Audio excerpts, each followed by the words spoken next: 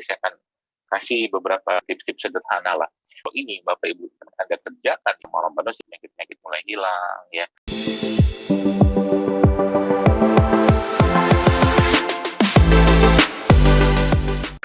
Apa masalah kita sekarang kalau berkaitan dengan tubuh kita? Bapak sekalian, kalau boleh saya katakan ya sebenarnya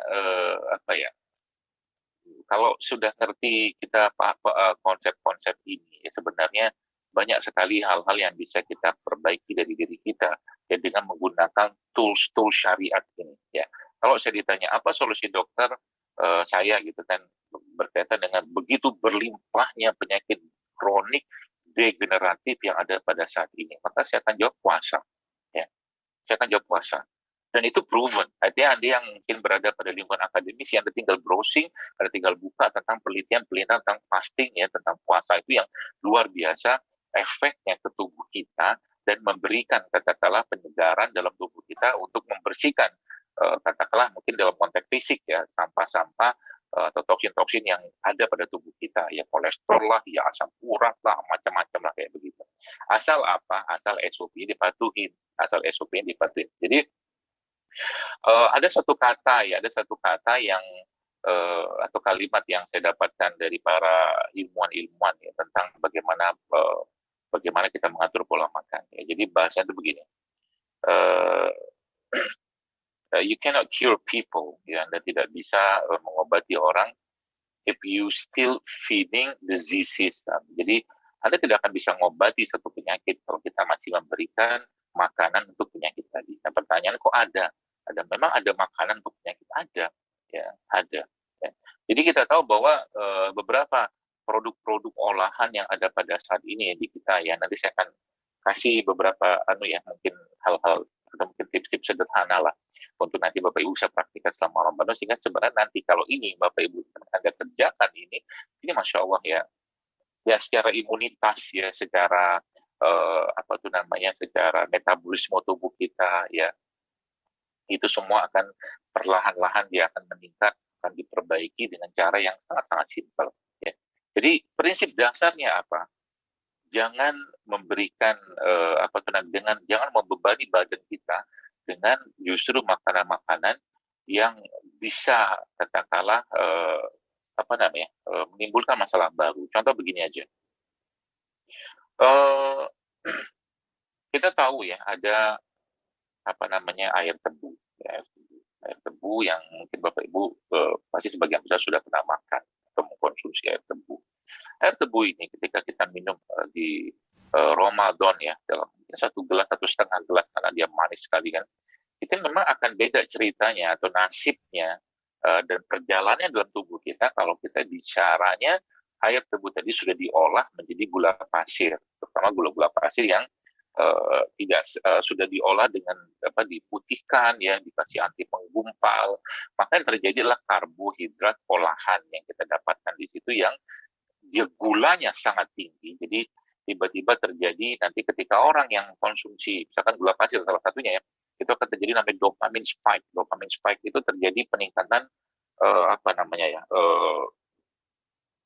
hormon dopamin tadi, sehingga orang itu merasa kayak seperti fly gitu kan. Dan ketika dopamine spike ini terjadi, Bapak Ibu sekalian, tentunya tubuh nggak mau tinggal diam, dia pengen terus.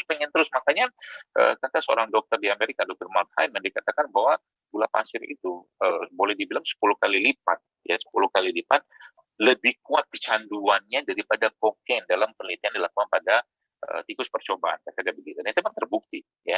Jadi orang yang biasa minum es teh, minum apa gitu kan, sirup itu kan kayak pengen lagi gitu. Karena emang yang muncul itu adalah sensasi si dopamin tadi yang pengen terus dia pertahankan levelnya di tubuh kita. Maka dalam sini kita bisa mengambil kesimpulan ya bahwa kalau kita mau mendapatkan puasa ini lebih baik, maka kalau boleh saya sarankan, kalau mau adalah take out ya. Jadi take out semua produk-produk di rumah Anda, bahkan gula pasir sendiri untuk tidak lagi masuk dalam daftar menu kita di Ramadan. Nah, termasuk juga saya tidak tahu UHAMKA apakah memberikan katakanlah bingkisan ya kepada staf-staf atau dosen apa-apa, dan kalau saya boleh sarankan itu perlu diekskludkan itu gula pasir di situ ya, karena memang tadi ya luar biasa itu efeknya Bapak Ibu sekalian. Ini belum cerita tentang hampir kalau boleh dikatakan saya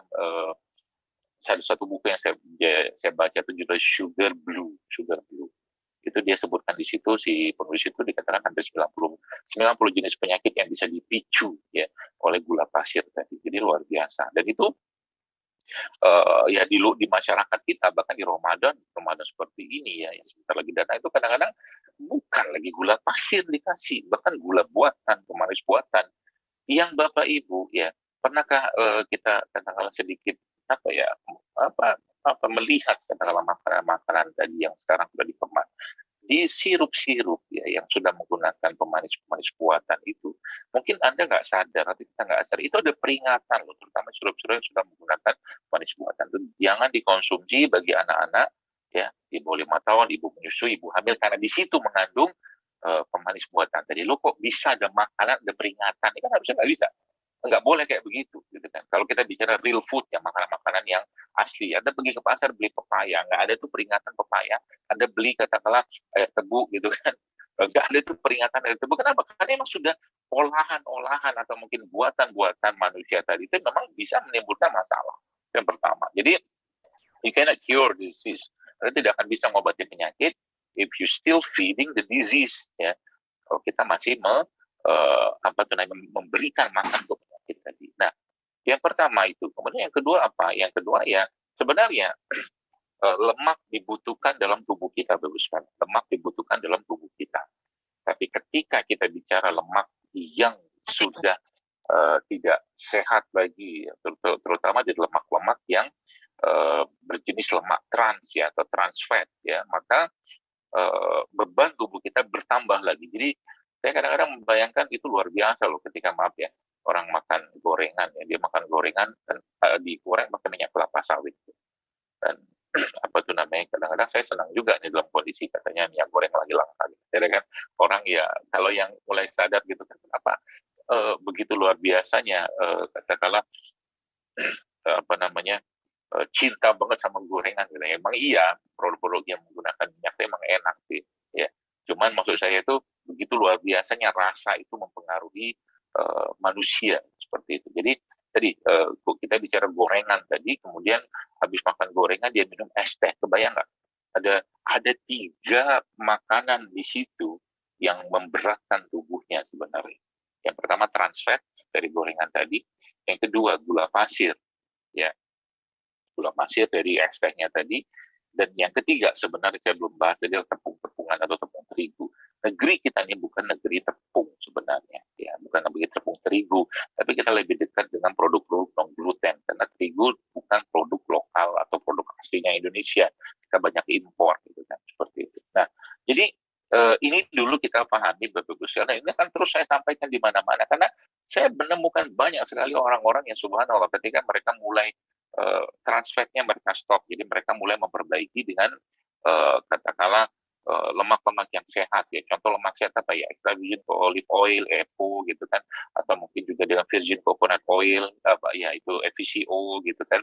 Itu salah satu atau salah 2 dari minyak yang sangat baik ya kita konsumsi setiap hari selama Ramadan. Jadi coba nanti selama Ramadan itu Bapak Ibu sekalian di waktu buka dan sahur ya Anda supply dan berikan asupan tubuh Anda dengan lemak yang sehat. Ya, contohnya tadi extra virgin olive oil ya. Kalau Anda nanti bisa cari yang cold press dan organik itu lebih bagus ya. Extra virgin olive oil. Jadi itu diminum 1 sendok makan di waktu malam atau berbuka, nanti 1 sendok makan lagi waktu sahur. Dan lemak kita tahu adalah sumber energi yang dia slow release sebenarnya. Dia memberikan energi yang jauh lebih lambat dikeluarkan. Jadi dia slow release dalam tubuh kita. Nah, itu dari sisi misalkan lemak tadi. Kemudian apalagi jenis lemak yang lain yang kita bisa konsumsi selama Ramadan gitu kan. Ya, tadi yang jelas lemak yang nggak sehat di stop. Jadi kalau Anda tetap saya tetap pengen menggoreng gitu kan. Ya ada beberapa pilihan ya. Dulu saya memang tidak menyarankan menggunakan extra virgin olive oil, tapi seorang dokter di Amerika, Dr. James T. Nicolantonio, itu dia menyarankan menggunakan extra virgin olive oil karena memang smoke point itu tidak ada kaitan dengan oxidation point, dikatakan begitu. Jadi minyak extra virgin atau minyak zaitun ya, yang extra virgin itu tetap bisa dipakai untuk katakanlah menggoreng ya, meskipun ini biasanya bikin halu biru karena minyak zaitun kan nggak biasa harganya ya seperti itu. Nah, kalau tetap pengen menggoreng, bisa Anda pakai minyak-minyak kelapa, minyak-minyak kelapa atau coconut cooking oil itu bisa tuh kayak begitu. Jadi ini nanti saya akan jelaskan bahwa ternyata tuh masya Allah ya, ternyata bahwa uh, dengan memperbaiki pola-pola kayak begini tadi saya baru cerita lemak tadi kan, jadi betul lemak dan apa tuh namanya, kita belum cerita karbohidrat, kita belum cerita protein segala macam. Jadi kita mulai mengganti memberikan asupan-asupan yang terbaik bagaimana Ramadan itu boleh istimewa, termasuk sebenarnya Bapak Ibu sekalian, saya kasih tahu. Ya memang ini nggak lazim yang dikerjakan, tapi orang dulu kerjakan. Katakanlah ini satu potong gorengan ya, satu potong gorengan ya setangan saya seperti ini, dengan satu potong kelapa, kelapa ya, kelapa tua, maaf kelapa tua yang belum Anda parut ya, kemudian kita makan ya, jauh lebih sehat sebenarnya kelapa tua tadi dengan sepotong yang sama daripada katakanlah satu potong gorengan tadi. Ya kita tahu kelapa itu salah satu sumber lemak yang sehat ya, lemak jenuh ya, yang sehat yang berasal dari ya ciptaan Allah tentunya. Jadi sebenarnya kalau sudah ngerti konsep katakanlah makan ya, eating right atau apa namanya, you don't have to eat less but you just have to eat right. Jadi Anda nggak perlu ngurangi makan, tapi makan yang benar gitu konsepnya. Jadi apa-apa yang selama ini bermasalah itu memang selama Ramadan ya kita coba perbaiki satu demi satu gitu kan. Tadi lemak kita mulai ganti. Kemudian tadi ya saya lupa tadi cerita tentang bagaimana ya tentang tadi risetnya setan atau iblis. Nah ini saya belum cerita nih, apa nyela dikit lah. Jadi begini Bapak sekalian, waktu zaman Nabi Adam, waktu saat Nabi Adam itu diciptakan Allah Subhanahu Wa Taala, itu ternyata dalam sebuah hadis itu saya nanti bisa kirimkan kalau mau gitu kan hadis tersebut, itu ternyata bahwa iblis itu masuk dalam tubuh Nabi Adam pada saat Nabi Adam belum ditiupkan ruh ya, atau nyawa dalam dirinya, dan iblis akhirnya melakukan penelitian di sana ya, riset ya tentang ini ini makhluk apa gitu kan, apa nih kelemahannya. Dan salah satu yang disebutkan dalam riwayat tersebut bahwa ternyata iblis setelah dia melakukan penelitian di dalam tubuh Nabi Adam yang belum bernyawa atau belum ditiupkan ruh atau nyawa tadi, itu ternyata iblis mengambil kesimpulan bahwa salah satu ini makhluk ini sangat ringkih, gitu, sangat rapuh atau fragile. Dan makhluk ini akan banyak berurusan dengan perut atau makanan. Ya. Makhluk ini akan banyak berurusan dengan kemarahan. Ada 7 kesimpulan iblis yang didapatkan dari hasil risetnya Nabi Adam. Percaya tidak percaya, bagus sekali. Dan memang pernyataan seperti itu. Dan semua terjadi karena kehendak Allah dan takdir Allah. Maka kalau kita pelajari ya, dosa pertama yang dilakukan oleh manusia atau Nabi Adam, maka dosa tersebut itu kaitannya dengan makanan, yaitu buah dari syajaratul khuld ya. Jadi memang urusan makan ini sebenarnya bukan urusan sembarangan. Makanya kalau kita lagi-lagi mentadabburi ayat-ayat Allah dalam Al-Quran ya, dalam salah satu ayat tersebut Allah menjelaskan makanan yang halal lebih baik kata Allah. Wala tattabi'u khutuwatis syaitan. Jadi setelah ngomong halal dan baik ya, Allah meneruskan ayat tadi dengan apa? Wala tattabi'u khutuwatis syaitan. Innahu lakum aduwwum mubin. Dan jangan kamu ikuti langkah-langkah setan. Ada hubungan apa kok tiba-tiba lagi ngomong halal, toib, nyambungnya dengan setan? Ternyata nanti mungkin bisa dikaji di kajian yang lain ya, dengan yang lebih ahli tentunya. Itu tentunya di situ seakan-akan Allah ingin mengingatkan kita bahwa dalam urusan makanan kita itu ada iblis di sana yang bercokol gitu, seperti itulah. Ya, jadi masya Allah ya. Jadi jangan pikir kita sekarang berada pada ya zaman fitnah, betul, di mana-mana fitnah, semua belakang kita nggak tahu mana yang benar mana yang salah gitu kan. Dan itu ternyata dalam urusan makanan pun sama gitu loh. Bahkan orang mengatakan bahwa ya kayak misalkan kita bicara tentang makanan di zaman sekarang ini ya. Ya kalau boleh kita lihat ya sebagian besar ya orang Indonesia ya saat ini itu kan salah satu yang makanan yang mereka makan itu adalah gorengan. Padahal zaman dulu orang tua kita, nenek moyang kita tuh nggak makan seperti itu loh. Terutama dasarnya apa dokter? Karena dulu memang tidak banyak terigu, tidak banyak tepung terigu seperti sekarang, dan kalaupun mereka makan produk-produk yang seperti itu ya, yang karbohidrat seperti itu ya mereka makannya apa?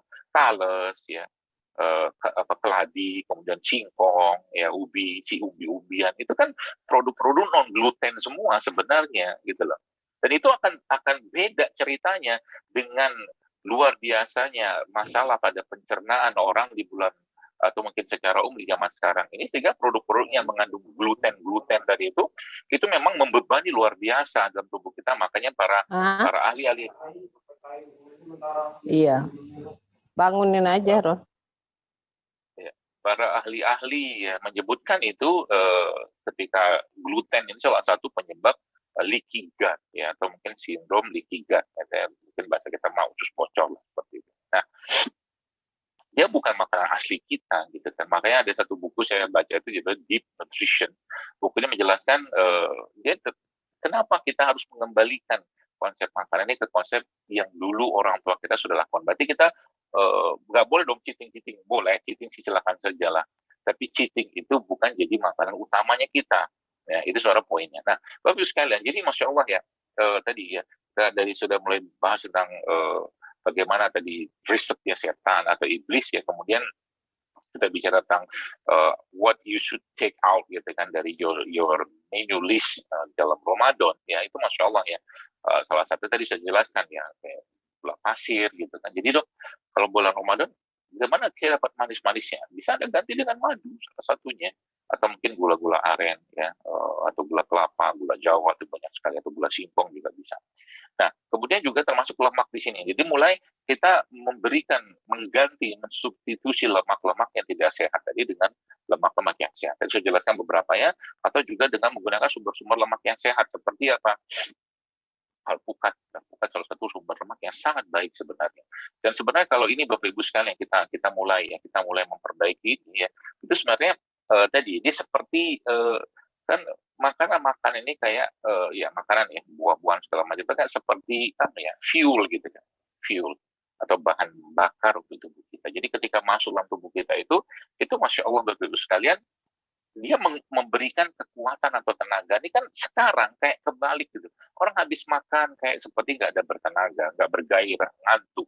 Ya, misalkan kayak begitu. Karena memang karbohidrat olahan atau karbo olahan yang masuk itu selalu berlebihan, termasuk salah satunya dari nasi putih. Nah, termasuk nasi putih ini saya lebih menyarankan kalau bisa Ramadan ini nasi putihnya itu diganti dengan nasi atau beras coklat, misalkan kayak begitu ya, atau mungkin beras organik kalau kita butuh karbo. Tapi kalaupun tidak nih, saya nanti pengen bikin videonya tuh bagaimana sebenarnya ya talas itu, kalau kita kukus talas ya, ya talas gitu.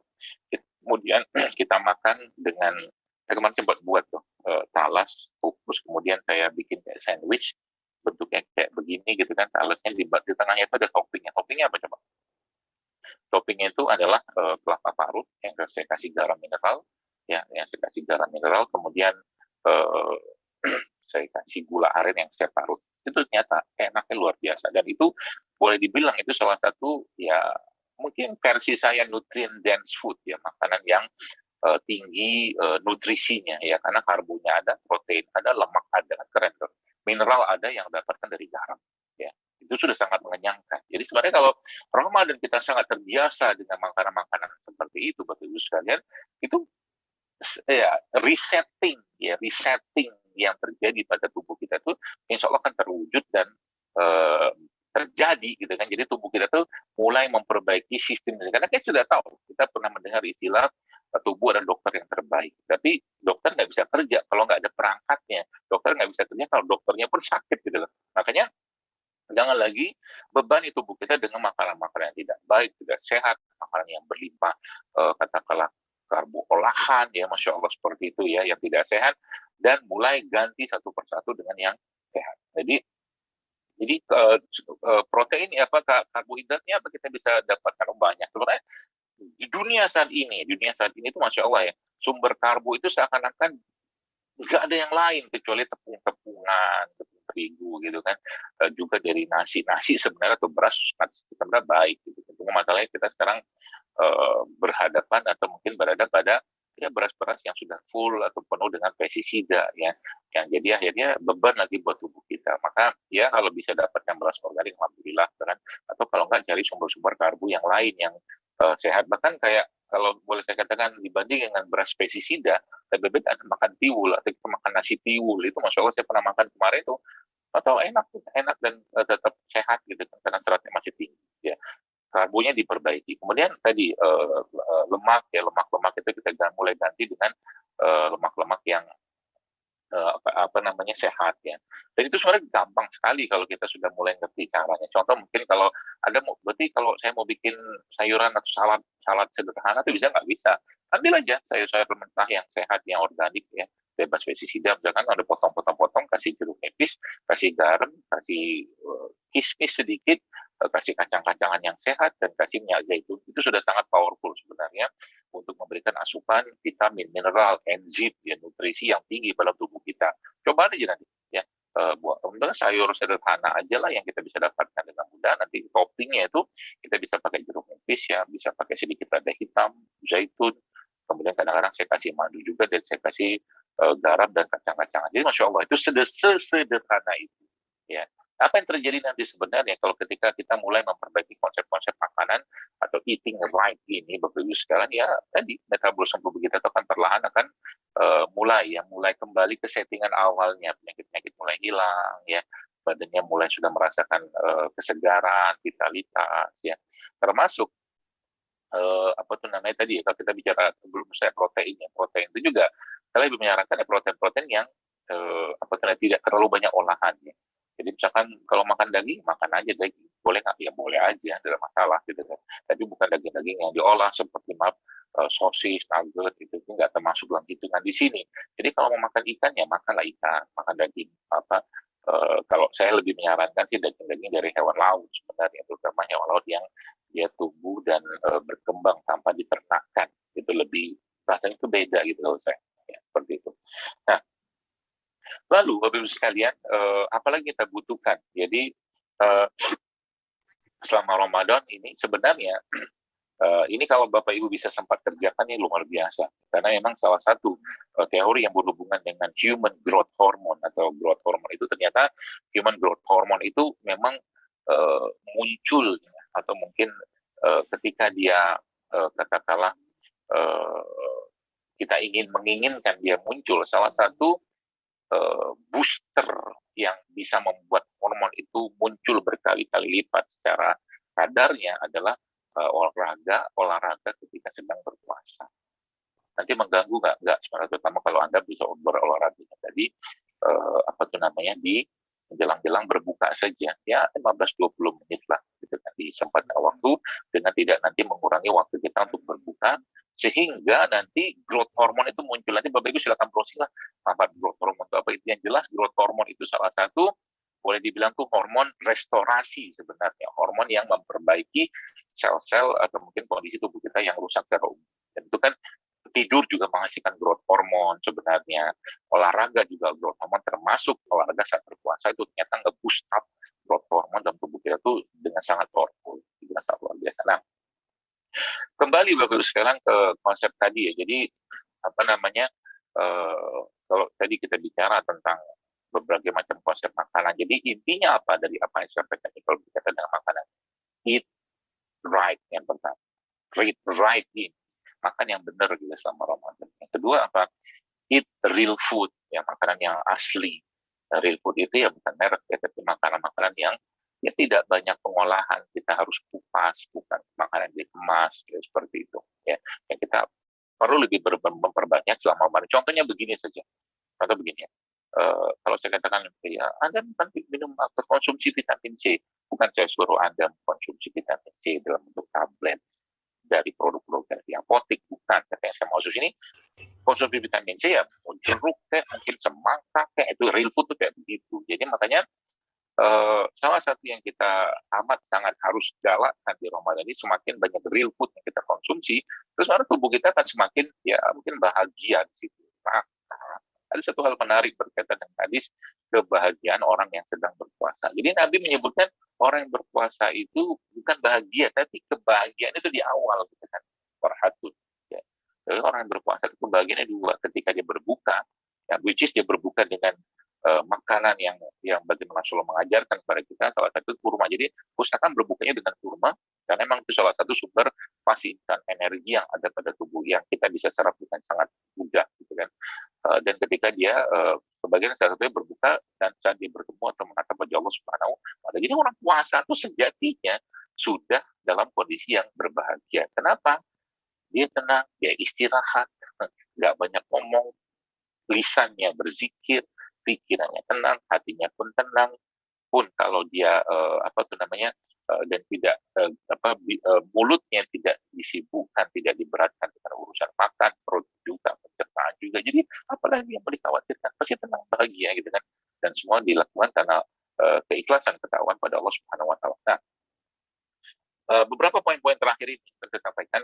Terus apalagi kita bisa lakukan untuk memperbaiki pola-pola atau mungkin kesehatan kita selama Ramadan tadi ya. Tadi real food, eat right, gitu kan. Kemudian juga salah satu yang saya sangat sarankan itu ya fix your minerals. Jadi mineral fix ya, ini ada belakangnya. Nah, itu kalau saya menggunakan filosofi di mana bumi bijak itu sudah dijunjung. Di mana kita hidup, itulah Allah tumbuhkan kebutuhan-kebutuhan kita berkaitan dengan pengobatan atau kesehatan. Maka Indonesia kita tahu sangat-sangat apa namanya sangat-sangat berlimpah ya dengan makanan atau mungkin produk-produk sehat ya, salah satunya rempah-rempah atau rimpang-rimpang. Udah banyak sekali resep-resep yang saya share, termasuk bagi Anda yang mungkin saya tidak tahu kadar kolesterolnya seperti apa, tapi kalau bersih-bersih lemak itu ya lemak lawan lemak juga bisa dengan lemak yang sehat, atau mungkin juga bisa dengan menggunakan resep-resep yang saya pernah tulis juga di IG itu isinya itu jahe, ketumbar, serai, sama kayu manis. Kayu manis sedikit aja karena kayu manis itu punya efek untuk menurunkan gula darah. Kayu manis sedikit saja itu punya efek yang sangat baik dalam menurunkan atau menyeimbangkan kembali kolesterol atau lemak dalam tubuh kita. Termasuk juga rimpang-rimpang. Kalau tidak ada penyakit, maka saya lebih menyarankan tiap hari ada prinsipnya ada satu tumbuhan yang tumbuh di tanah, di atas tanah, dan satu di bawah tanah yang Anda masukkan dalam menu makan atau menu minuman Anda tiap hari. Contohnya apa? Misalkan jahe itu kan tumbuh di bawah. Kemudian di atasnya apa? Di atasnya jahe itu tumbuh di bawah tanah karena bakterinya akan berbeda. Kemudian satu lagi di atas tanah apa contohnya? Macam-macam, ya ketumbar bisa, ya jahe ketumbar itu bisa, atau mungkin jahe kapulaga bisa. Karena itu satunya rempah, satunya rimpang. Atau mungkin dua juga boleh, dua jenis di atas, dua jenis di bawah. Seperti juga itu salah satu cara kita untuk memperbaiki mineral kita, karena memang produk-produk yang saya sebutkan tadi itu punya efek luar biasa dalam memperbaiki masalah-masalah seperti kronik, degeneratif, dan itu kita bisa sesuaikan sebenarnya dengan kebutuhan kita. Contoh kalau kita mau ya, kalau mungkin di Indonesia sudah sangat familiar dengan kunyit ya, kunyit bahkan ada salah satu resep yang saya dari resep ini dan itu sangat populer di kalangan para ibu-ibu, itu namanya ultimate kunyit. Ultimate kunyit itu isinya adalah kunyit ya, serai sama jeruk tipis, itu enak sekali. Jadi kunyit Anda slice tipis gitu kan, kalau Anda masukkan serai di situ, lalu kasih air panas, tunggu agak hangat, Anda masukkan atau Anda peras jeruk nipis, mungkin setengah atau satu juga apa-apa, lalu kasih garam mineral sedikit. Kenapa saya selalu kasih garam? Karena saya baru tahu garam itu efek luar biasa. Jadi sekarang kalau saya makan kurma pakai garam, itu efek luar biasa. Yaitu dalam buku Salvex ini, yang tulis dan diteliti oleh Dr. James. Jadi itu tadi ya beberapa konsep ini, dan termasuk juga ya kalau Anda yang butuh asam amino tinggi ya, asam amino tinggi itu bisa Anda dapatkan dari kelapa muda, kelapa tua, mana aja lah ya. Kalau mau dapat banyak ya kelapa tua. Jadi uang Ramadan kan bisa kelapa muda kan harganya meningkat, cari kelapa tua aja. Nah, sebenarnya dia perbedaan tidak terlalu besar lah dari sisi kandungan, sama-sama asam amino, mungkin dari sisi mineral makro, melamin itu yang berbeda sedikit saja antara kelapa tua dan kelapa muda. Itu jadi pilihan yang sangat baik ya dalam kita